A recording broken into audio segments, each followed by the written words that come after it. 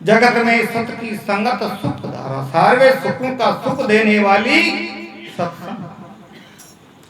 निर्मल नीर, इसके अंदर निर्मलता आती है। हर प्राणी मात्र बैठता है उनको निर्मलता कैसे।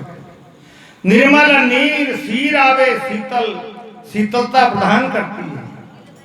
और वर्षे अमी फुआर, इन महापुरुषों के श्रीमुख से यानी वेदों के महावाक्य के रूप में वाणी वर्षा होती।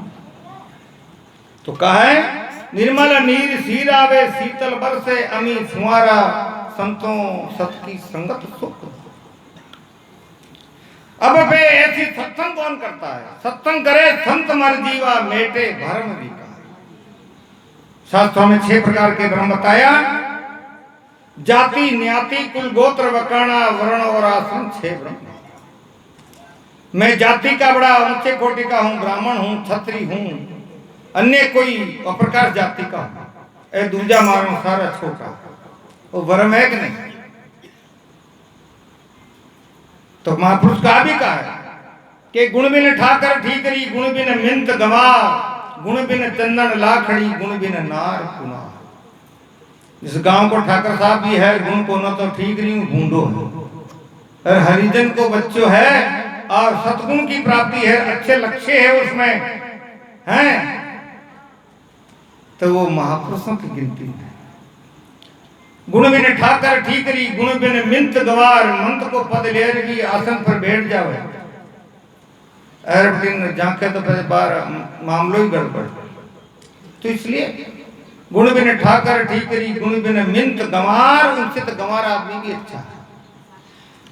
गुण बिन चंदन लाखड़ी, जिस चंदन के अंदर खुशबू नहीं है, इस वनवास के अंदर, जंगल के अंदर, वन के अंदर खुशबू प्रवेश नहीं करता है, ऐसा पेड़ तो भी थोरी का थोरियों भी भूंडो का ही काम।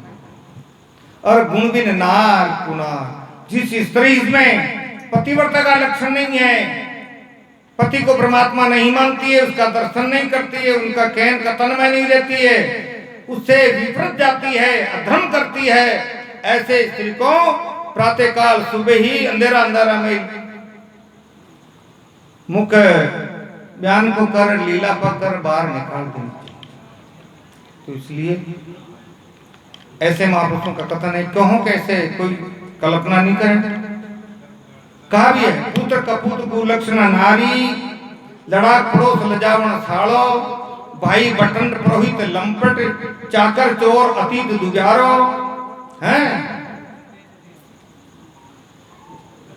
चाकर चोर अतीत दुजारो, किसान कठोर और तो ऐसे करके बारन बांद्र बेरा में डारो।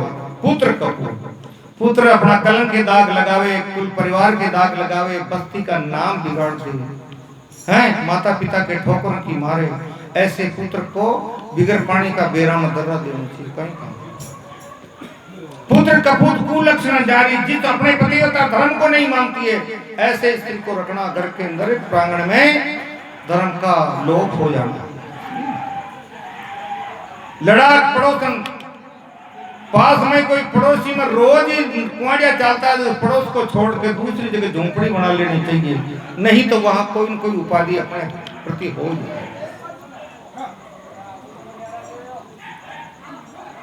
पुत्र कपूत कुलक्षण नारी, भाई बटन, भाई भाई से बोलता नहीं है, भाई भाई के संग बैठता नहीं है, प्रेम बनाता नहीं है, कहता नहीं है मैं भाई हूं, ऐसे भाई का क्या मुंह देखने का कोई धर्म नहीं। भाई बटन पुरोहित लंपट, पुरोहित कहते हैं पंडित को, जो जेब गाड़ता है, वह विचार करता है, हत्या करता है, मांस मदिरा का सेवन करता है, ऐसे ब्राह्मण को शास्त्र से कहते हैं, हमारे महापुरुष कहते हैं प्रांगण पे नहीं बुलाना चाहिए, नहीं तो घर का सत्यानाश हो जाए।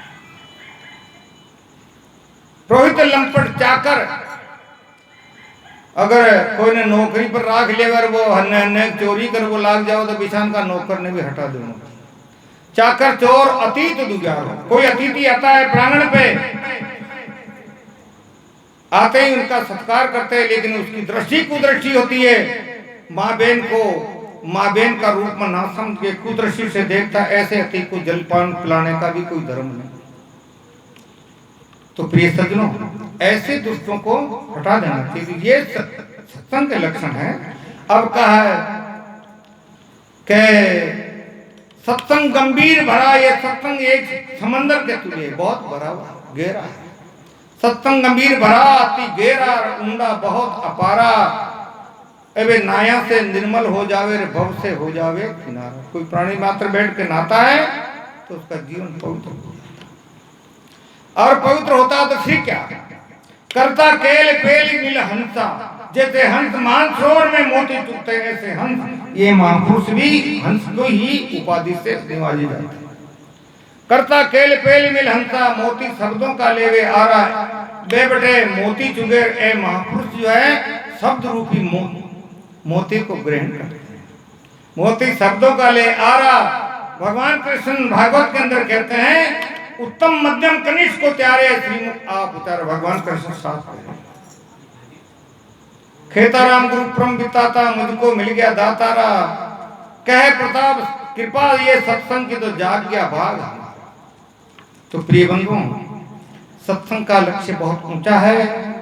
और मैं तो एक विनती करना जा रहा हूं अपन पहले तो जिज्ञासु के लक्षण प्राप्त करना पहला साधन। जिज्ञासु के लक्षण बहुत ही ऊंची कोटि के लक्षण। श्रद्धावान जिज्ञासु बन जाएंगे हम तो हो सकता है कि हम जीवन का पवित्र बनाने के लिए कोई कमी नहीं छूटेगी। श्रद्धावान जिज्ञासु के लिए आठ के ज्ञान के 8 साधन वेदांत में बताया। उसके लिए 4 साधन श्रद्धावान जिज्ञासु का विवेक वैराग समदम आदि संपत्ति मोक्ष इच्छा और तत्व आदि का सूत्र विवेक। और जिस प्राणी में विवेक नहीं है तो सारे काम में सारा ही साधन फेल। विवेक का मतलब होता है अविनाशी आत्म अचल जगताते प्रतिकूल। ऐसा ज्ञान विवेक है सब साधन। ये आत्मा अविनाशी है, इसका 3 काल में विनाश होने वाला नहीं। अविनाशी आत्म अचल और जगताते इस जगत से प्रतिकूल है, अलग है। ये देखने वाली जितनी भी सामग्री है माया जाल है, और इसको देखने वाला इसका दृष्टा है साक्षात परमात्मा का स्वरूप। ऐसा तरह प्रोक्त ज्ञान हो जाने को कहते हैं विवेक। इन कहवे विवेक और वैराग्य। फिर आगे दूसरा साधन वैराग्य का है।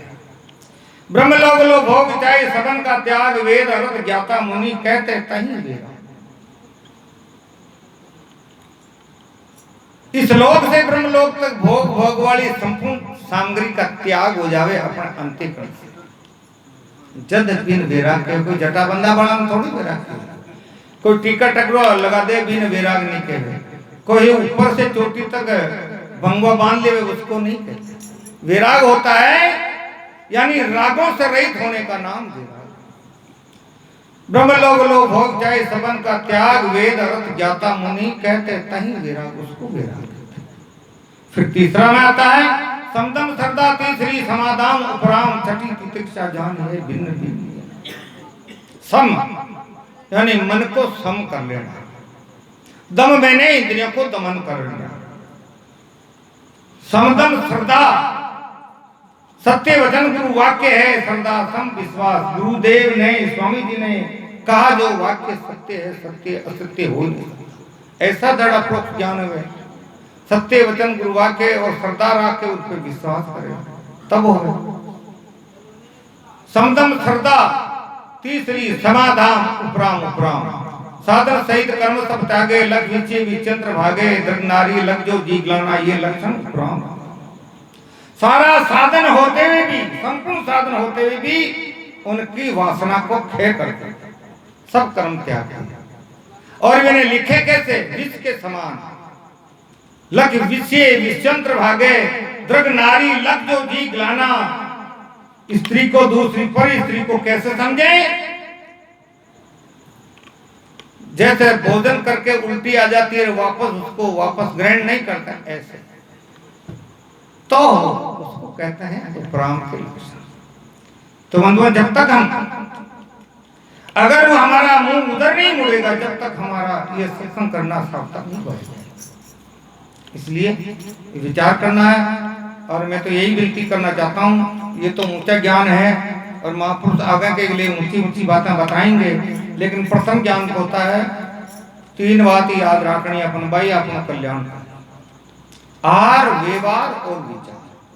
जिस प्राणी मात्र का आहार पवित्र है, जिस वास्ते हमारे परमात्मा ने हमारे को देखो हमारे को तृप्ति करने के लिए अन्न बनाया, घृत दूध बनाया, मेवा मिष्टान बनाया, फल फ्रूट बनाया, अनंत प्रकार की सामग्री बनाई जिसमें अलग अलग स्वादिष्ट भरा, हम उनको छोड़ करके मध्यम चीज का काम करते हैं।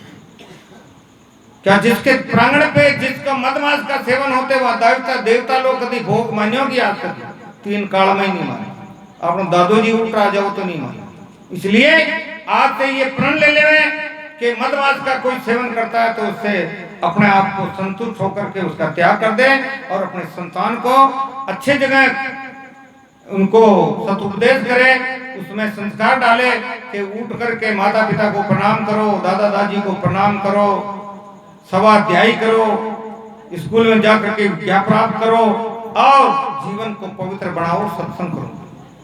ऐसा यही हमारी विनती है। फिर व्यवहार मैंने आज कहते हुए जैसे मदन जी महाराज ने सत्संग कराई तो कोई क्या गांव बस्ती का कहे, मदन जी महाराज के गांव के मायने भाई एक कलवृक्ष को पेड़ है, ऐशान को सज्जन तो हजारों वर्ष तक रहना चाहिए, बिना कहते व्यवहार पवित्र। और जिसका यूं कहते हो ऐसा वो आदमी तो मर जाओ तो लाड़ छूटे गांव को कांटो निकल जाए, जब तक हमारा जीवन कहाँ। इसलिए आहार और व्यवहार विचार 3 नंबर पे आते हैं, महापुरुष बताएंगे विचार पे। विचार होता है मेरा जन्म क्यों हुआ, जन्म होने के बाद में हमें जो क्या करना था मैं कर क्या रहा, इसका विचार। यही मेरी बात है और इस पे हमें अमल करेंगे। और आज से जो भी मेरी ये विनती है, मैं बालक हूँ आपका, प्रार्थना करता हूँ आहार को पवित्र बनाने के लिए सभी प्राणी मात्र इसका प्रण ले लेवे और मैं किसका व्यक्तिगत नाम नहीं करे, इसको सुधार करे, अपना जीवन को पवित्र बनावे। इतनी कहकर मैं वाणी को विराम दूंगा और साथ ही साथ विनती करने जा रहा हूँ। प्रथम तो इसके पहले जो सोखड़ी से पधारे हुए सम्मानित श्री महावीर जी पधारे हुए ठेकेदार साहब, वो आपको पद सुनाएंगे।